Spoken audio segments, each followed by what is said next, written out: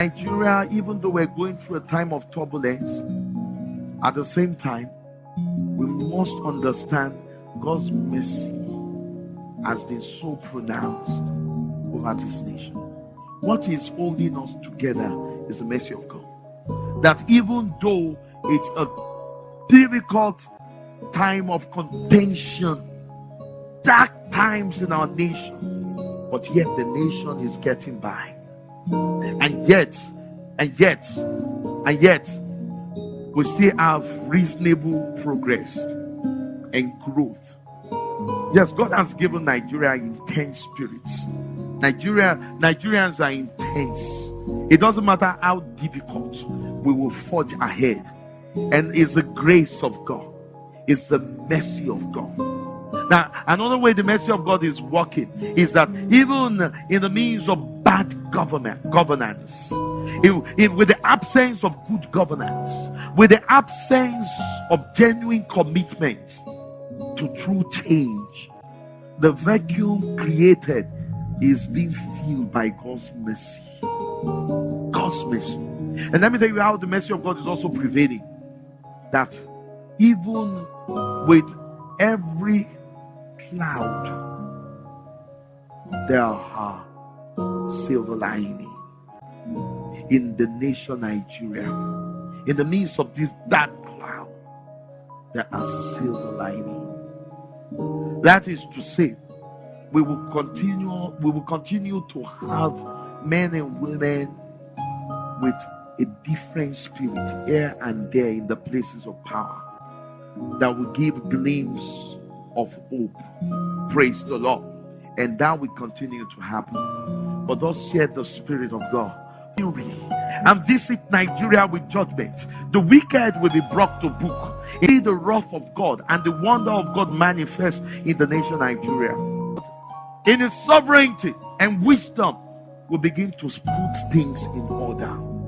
Gradually, it will begin to restructure our political landscape, the political ambience and the climate that will allow the righteous to come in, justice to reign, that will allow sincere men and women with understanding and sincerity and wisdom to occupy places of power in this nation.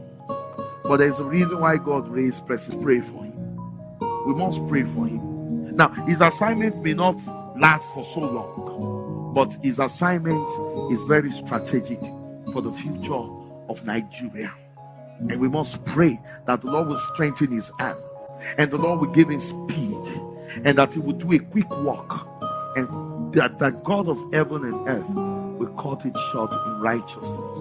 But thus saith the Spirit of God, the Lord is going to raise Nigeria back to the place of honor, a nation that will be situated upon the hills. The Lord will begin to restore our lost glory, and the beauty of Yahweh will shine forth. He will reveal himself as the governor over the people and as the king that will reign over this nation, Nigeria. So, beloved, I believe we all heard what Prophet Tayo has to say concerning the nation of Nigeria and what God is about to do with the bad governance in Nigeria. As you all know, a lot of people are rooting out for people to come out to protest on the 29th of this month, which we want change in Nigeria. And if God does not do something, honestly, I don't understand how Nigeria is going right now as a nation. A lot of things are just going south. A lot of things are bad. If you want to speak from state to state, people are crying for a lot of things. Different individual with different problem, and it seems like it's falling on deaf ears. The government is not doing anything about it, and this is what we need to hear, honestly. This kind of powerful declarations and prophecy and words over Nigeria for greatness. I know that Nigeria will go back to eightfold glory. There was a post that I came across That was on TikTok today. I was scrolling through TikTok and I saw a picture of Yaradua, I think, and his wife. It was when he was in his maybe late 20 to 30. He was very young, but that face structure, you could see it there. And somebody asked that, guess who it is? And when I went under the comment section, you need to see the kind of things people were saying will make you the best president ever, and all so on and so forth. A lot of comments praising the man, and I say, when are we going to have a president like him again? I understand that during that era, things were not as bad as it used to be right now, and the world it's not as developed as it is, but he did his best. He put a lot of things in place, and when Goodluck Ebele Jonathan took over from him after his passing, because Goodluck needs to succeed him as the president of Nigeria as of that time, based on our rule of law. If you understand and what democracy stands for, you will know what it is. And he has to take over from him to become the vice president to become the president of Nigeria. Then he was able to also do one tenure. It was his second tenure that he went head to head with Buhari. But a lot of people felt like, oh, Buhari was going to do justice to Nigeria. He was going to put a lot of things in place. Goodluck was a weakling, and the issue of those Chuba girls were actually everywhere in 2014. So that was how Ebele Goodluck Jonathan lost the election to President Buhari. But not knowing that these were strategies, tactics actually set up to actually make sure that he failed woefully, and to deceive Nigerians to say that Buhari was going to bring change. That time you could hear anywhere you go, the slogan was change, dole, change, say dole name. So where there were, it was compulsory for change to happen, and a lot of people felt like because he ruled during the military regime that he was going to do everything in his power to put Nigeria in structure and be able to solve the crimes that were happening in other parts, in different parts of Nigeria, especially the northern part. It was just so hectic. That was when Boko Harams were reigning, were thriving, they were at their peak. But right now, it is not like that again. The story changed after we went through 8 years in the hands of President Muhammadu Buhari. A lot of things changed, and when President Bola Ahmed Tinubu was elected last year, a lot of people were not having it. People even went as far as like, how are we going to hang this poster? How are we going to do this in our office?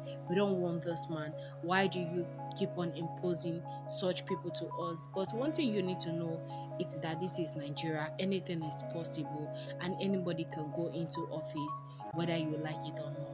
It by who holds him favor, and they need to fulfill that obligation at the end of the day. So that was what happened in the issue of President Bola Ahmed Tinubu, and let's just pray for God's intervention. And actually hearing this word, it actually gladdens my heart and warms my heart that there is hope, and definitely there will be light at the end of the tunnel, whether we like it or not, but it's happening soon.